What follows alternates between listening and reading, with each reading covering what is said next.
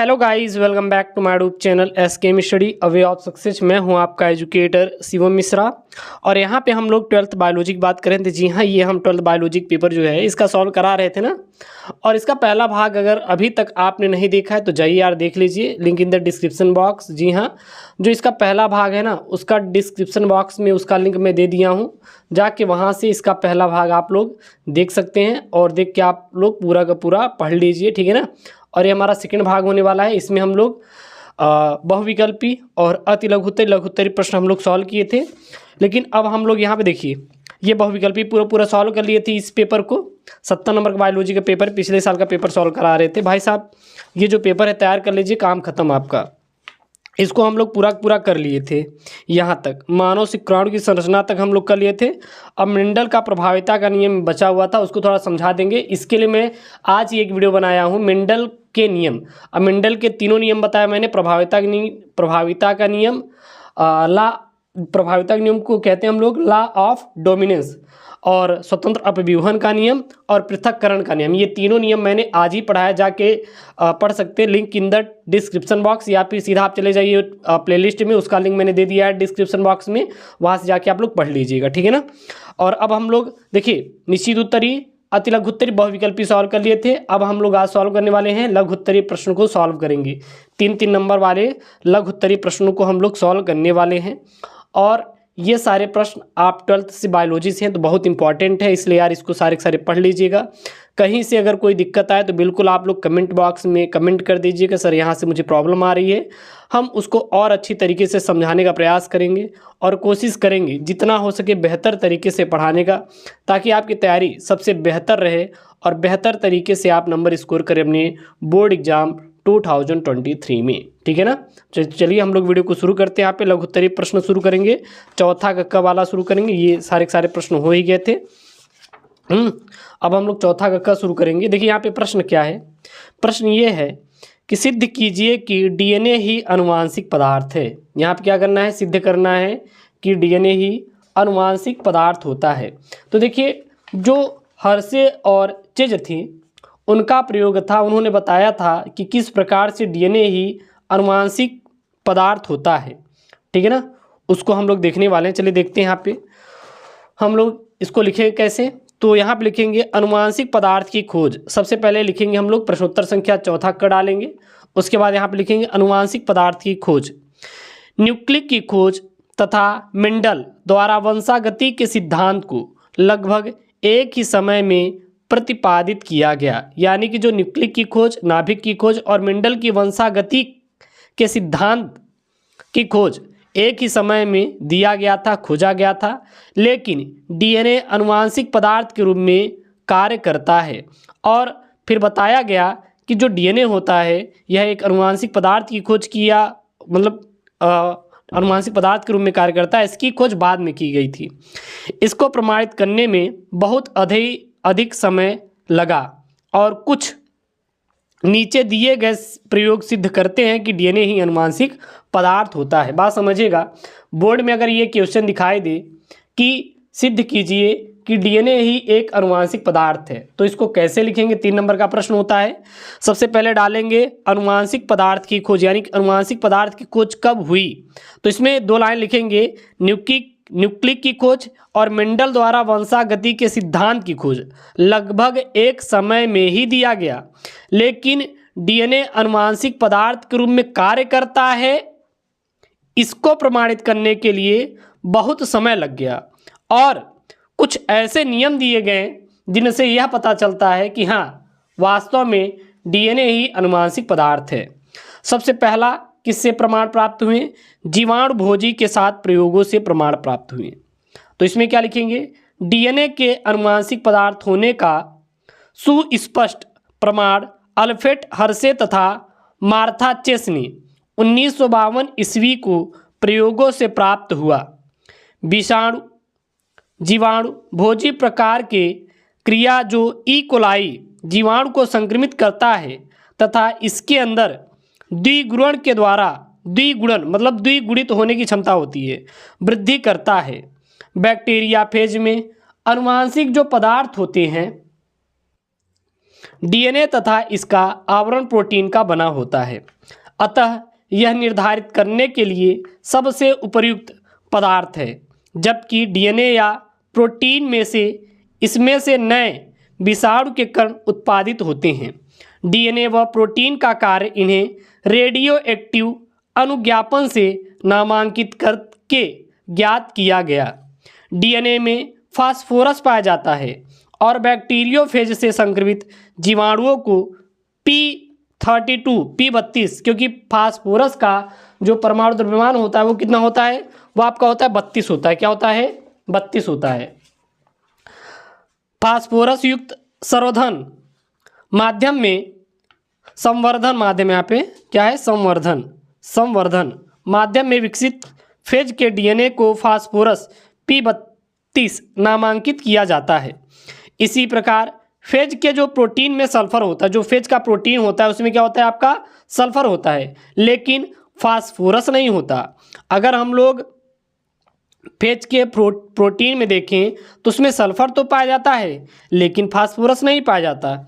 इसको सल्फर यानी कि S35 से संवर्धित करके फेज के प्रोटीन आवरण सल्फर 35 से नामांकित किया गया।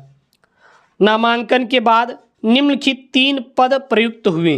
कौन कौन से? सबसे पहला जो था वो था संक्रमण यानी कि इन्फेक्शन। दोनों प्रकार के नामांकित फेज से पृथक प्रयोगों में सामान्यतः सर्वाधिक जीवाणु को संक्रमित कराया जाता है। फिर दूसरा जो था वो था सम्मिश्रण यानी कि ब्लीडिंग।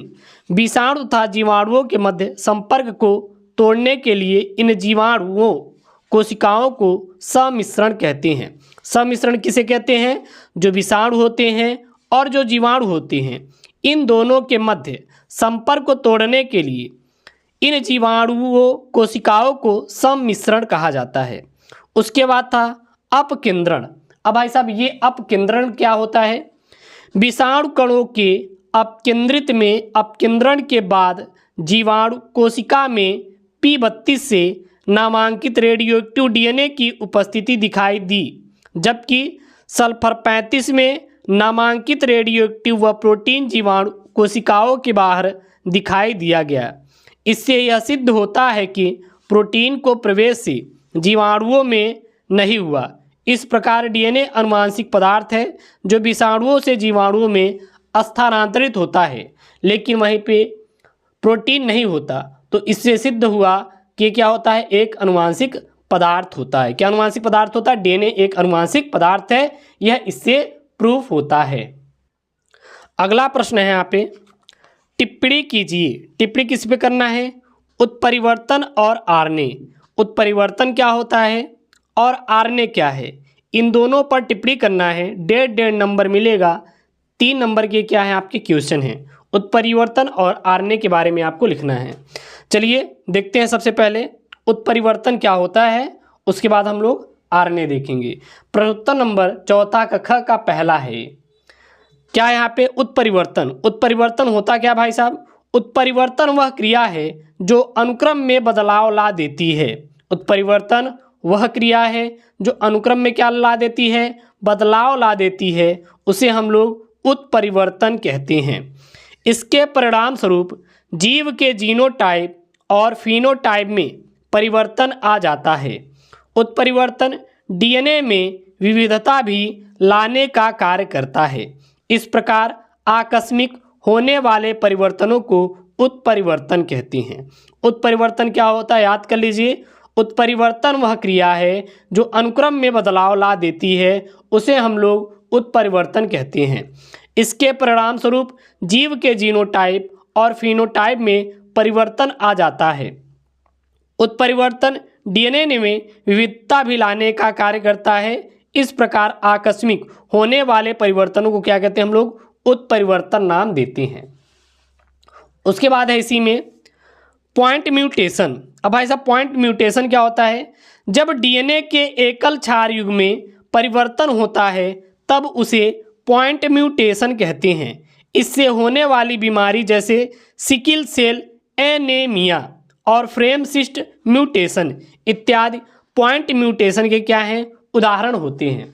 उसके बाद दूसरा क्वेश्चन था आरएनए के बारे में आपको बताना था। पहला उत्परिवर्तन और दूसरा क्या था आरएनए। तो यहाँ पे हेडिंग डालेंगे प्रश्नोत्तर संख्या 4 क ख का दूसरा क्या लिखेंगे आरएनए। ये आरएनए क्या होता है, इसका निर्माण डीएनए से होता है। आरएनए का निर्माण किससे होता है, डीएनए से होता है।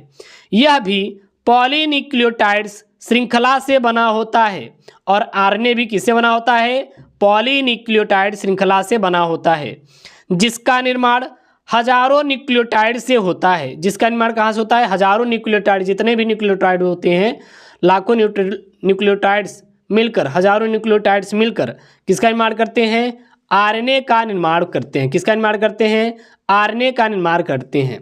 जो इम्पॉर्टेंट पॉइंट है, इम्पॉर्टेंट क्वेश्चन है, मैं आपको वही दे रहा हूँ ताकि वो चीज़ें अच्छी तरीके से याद हो जाए और आप नंबर अच्छा से अच्छा स्कोर करें अपने बोर्ड परीक्षा में। तो भाई साहब बोर्ड में अगर अच्छा नंबर स्कोर करना है ना तो वीडियो को पूरा का पूरा देखना है। अगर कोई भी कहीं से दिक्कत हो रही, कोई चीज़ नहीं समझ आ रही तो बिल्कुल आप कमेंट कर दीजिए यार, मैं उसको और अच्छी तरीके से समझा दूंगा। ऐसा तो है नहीं कि हम आपको नहीं समझाएंगे। कहीं दिक्कत आ रही बिल्कुल आप कमेंट कीजिए। टेलीग्राम भी चैनल उपलब्ध है जहाँ पर आपको सारे PDF नोट्स फ्री में प्रोवाइड किए जाते हैं, उसको जाके ज्वाइन कर लीजिए। ठीक है, इसमें उपस्थित राइबोस होती है, डीऑक्सीराइबोस नहीं। इसमें राइबोस उपस्थित होता है, डीऑक्सीराइबोस उपस्थित नहीं होता है। इसमें थायमिन नामक नाइट्रोजन क्षारक के स्थान पर यूरेसिल होता है। किसमें, आरएनए में। यह सामान्य आनुवांशिक पदार्थ नहीं होता, परंतु अपवाद स्वरूप यह द्विरज्जुकी एवं आनुवांशिक होता है। जैसे रियो विषाणु में यह एक आनुवांशिक भी होता है, और जो रियो विषाणु होता है उसमें आनुवांशिक का काम करता है। कौन काम करता है, आरएनए। आप लोग पढ़े होंगे डीएनए ही आनुवांशिक पदार्थ होता है, लेकिन ऐसा नहीं है। कुछ जीवाणुओं में, कुछ विषाणुओं में हमारा जो यूरेसिल ये आरएनए होता है, जैसे कि रियो विषाणु में, यह वहाँ पर आनुवांशिक पदार्थ का काम करता है। याद रखिएगा, काफ़ी इंपॉर्टेंट वाला क्वेश्चन है।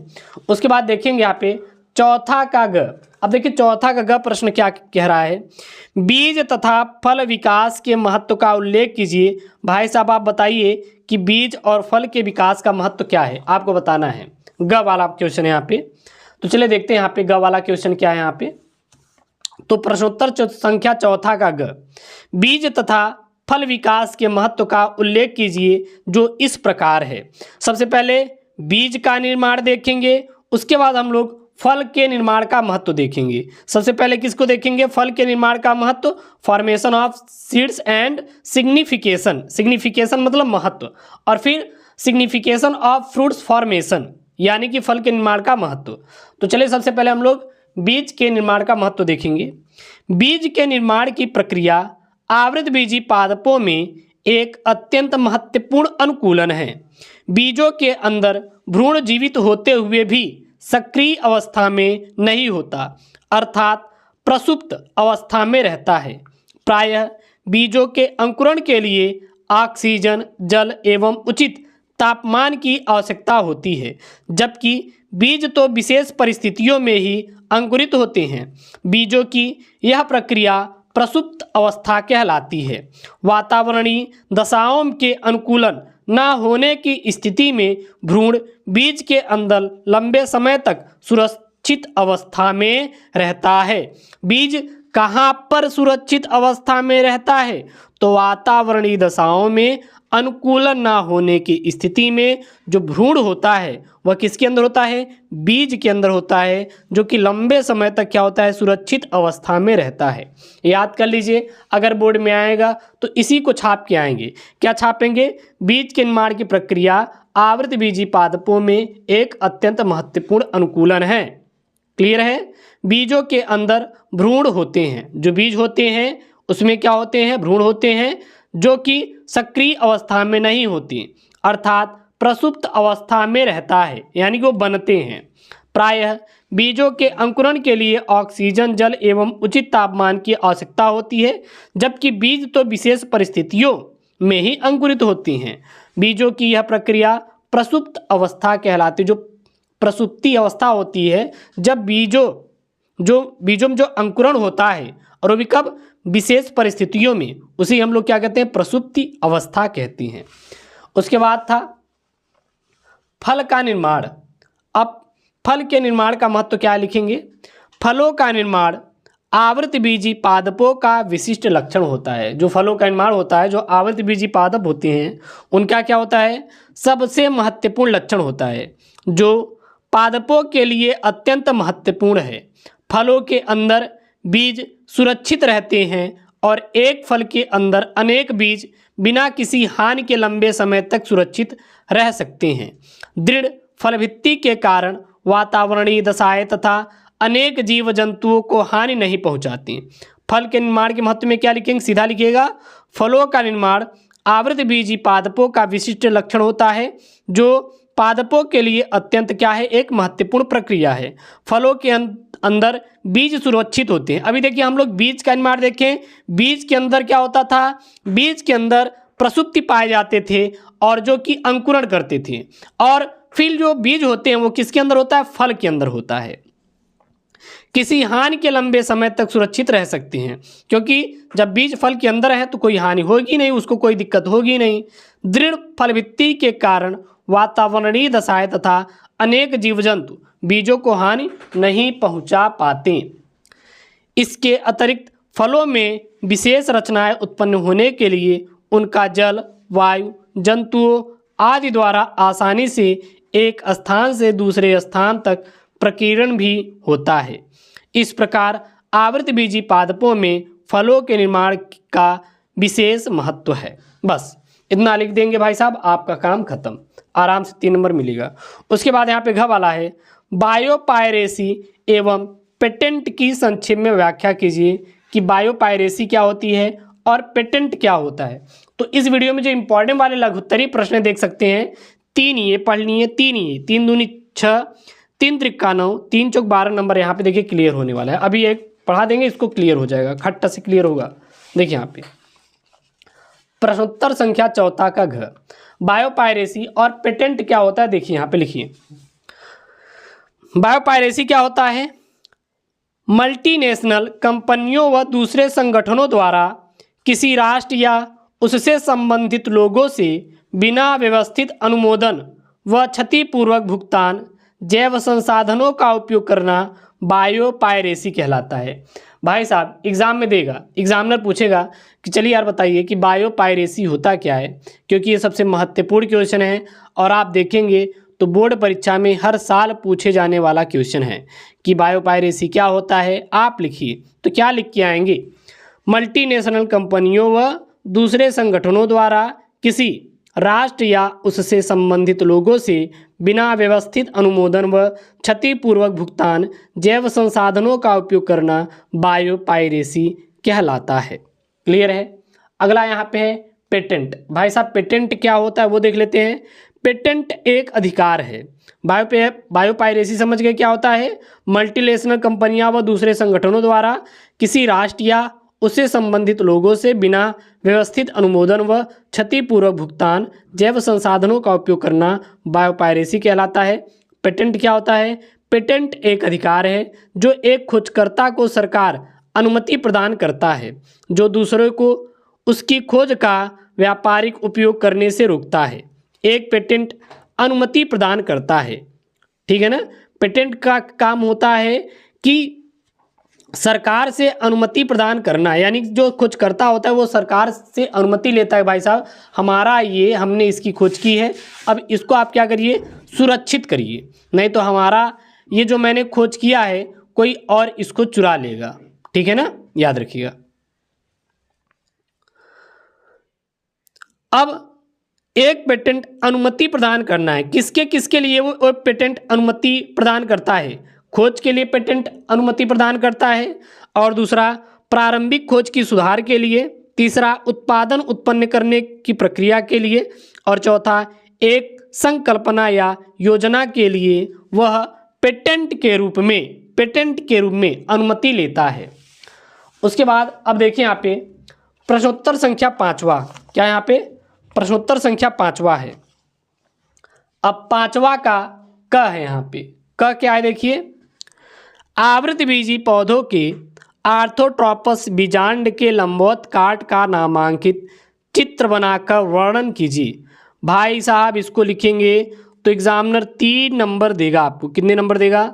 3 नंबर आपको देने वाला है। तो ये 3 नंबर तैयार कर लीजिए हर एक वीडियो, क्योंकि मैं ढेर सारे वीडियो लेके आता हूँ, इसलिए आपको वीडियो देखने में दिक्कत आ रही है। तो भाई साहब प्लेलिस्ट में जाके चेकआउट कर सकते हैं। प्लेलिस्ट का लिंक मैं डिस्क्रिप्शन बॉक्स के अंदर डाल दूंगा, आप जाके वहाँ से चेकआउट करके आराम से अपनी पढ़ाई को अच्छे से कर सकते हैं, ठीक है ना। तो डिस्क्रिप्शन बॉक्स के अंदर लिंक भी मैं दे रहा हूँ, जाइए वहाँ से आप लोग देख के आराम से पढ़ाई कर लीजिए। कोई कहीं से भी दिक्कत नहीं होगी, आप लोग परेशान मत होइएगा, बिल्कुल आपको परेशानी झेलना है ही नहीं, यानी कि आपको परेशान होना ही नहीं है। मैं इतना अच्छे तरीके से समझाने का प्रयास करूँगा ताकि आपको सारी चीज़ें एकदम अच्छी तरीके से याद हो जाए। भाई साहब आपको बहुत ज़्यादा मेहनत करने की ज़रूरत ना पड़े, भाई इतना पढ़िए कि आपका तैयार हो जाए, काम खत्म। तो आवृत बीजी पौधों के आर्थोट्रोपस बीजांड के लंबवत काट का आपको चित्र बनाकर आपको समझाना है। तो चलिए देख लीजिए, यहाँ पे है क्या है, यहाँ पे एक आर्थोट्रोपस मैंने लिया है। इसका आपको फिगर एनसीईआरटी बुक में मिल जाएगा, वहाँ पे आप हिंदी भी तैयार कर सकते हैं। यहाँ पे मैंने इंग्लिश में लिया है, तो ये आप फिगर बना देंगे। अब इसका क्या करना है, नामांकित चित्र करना है, तो नामांकित चित्र कर दिए। हाँ, और साथ ही साथ क्या करना है, आपको वर्णन करना है। अगर वर्णन दे तो आपको लिखना रहेगा, तो क्या लिखेंगे, एक प्रारूपिक आवृतबीजी बीजांड लगभग अंडाकार संरचना होती है। आवृतबीजी बीजांड किस आकार की होती है? अंडा आकार की होती है, याद रखिएगा। बीजांड द्वार को छोड़कर बीजांड प्रायः चारों ओर से दोहरे आवरण से घिरा होता है। बीजांड द्वार को छोड़कर, ये क्या होता है, ये बीजांड द्वार कहते हैं। बीजांड द्वार को छोड़कर बीजांड चारों ओर से दोहरे आवरण से क्या होता है, घिरा होता है। कुछ पौधों में अध्यावरण एक परत से बना होता है। बीजांड का मुख्य भाग मृदुतक से बना बीजांड काय होता है, और बीजांड का जो मुख्य भाग होता है वो किससे बना होता है? मृदुतक से बना क्या होता है? बीजांड काय होता है। तो बीजांड का जो मुख्य भाग होता है किससे बना होता है? मृदुतक से, और इसे हम लोग क्या कहते हैं? बीजांड काय नाम देते हैं, ठीक है। आगे क्या लिखेंगे? आगे लिखेंगे परिपक्व बीजांड काय में एक भ्रूणकोश या मादा युग्मकोद्भिद स्थित होता है। अगर कोई भी परिपक्व बीजांड काय है तो उसमें क्या पाया जाएगा? भ्रूणकोश पाया जाएगा। भ्रूणकोश अर्थात मादा युग्मकोद्भिद पाया जाता है। भ्रूणकोश में बीजांड द्वार की ओर 3 कोशिकाओं से बना अंड उपकरण होता है।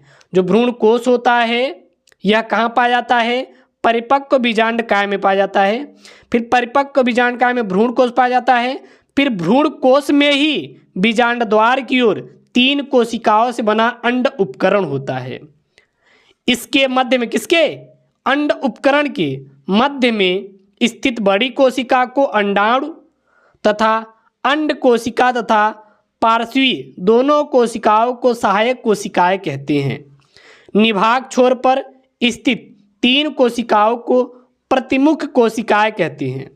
भ्रूणकोश के मध्य में ध्रुवीय केंद्रक संयुक्त होकर द्वितीयक केंद्रक बनाते हैं। बीजांड एक वृंत के द्वारा बीजांडसन के साथ जुड़ा रहता है, इसे बीजांड वृंत कहते हैं, जिसे हम लोग क्या कहते हैं? बीजांड वृंत कहते हैं।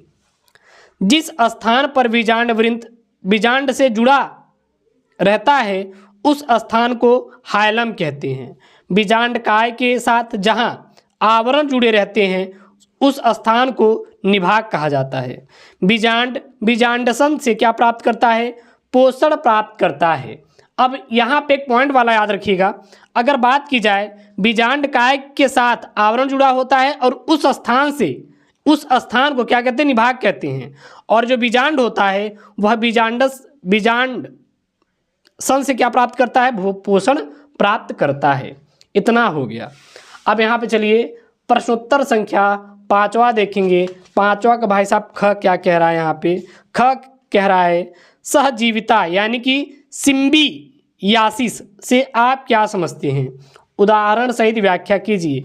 सहजीविता सिम्बियासिस से आप क्या समझते हैं? आपको यहाँ पे बताना है। 3 नंबर का क्वेश्चन है, काफ़ी इम्पॉर्टेंट वाला क्वेश्चन है भाई साहब। जितने भी मैं क्वेश्चन बता रहा हूँ इन क्वेश्चनों को तैयार कर लीजिए और देखिए यार आराम से आपका 70 में 65 नंबर स्कोर होगा बायोलॉजी में। इसकी गारंटी ये शिवम मिश्रा लिख कर देता है, आप लिख कर ले लीजिए कि इससे नीचे आपका नंबर आएगा ही नहीं। लेकिन हाँ, मेहनत तो आपको करना पड़ेगा।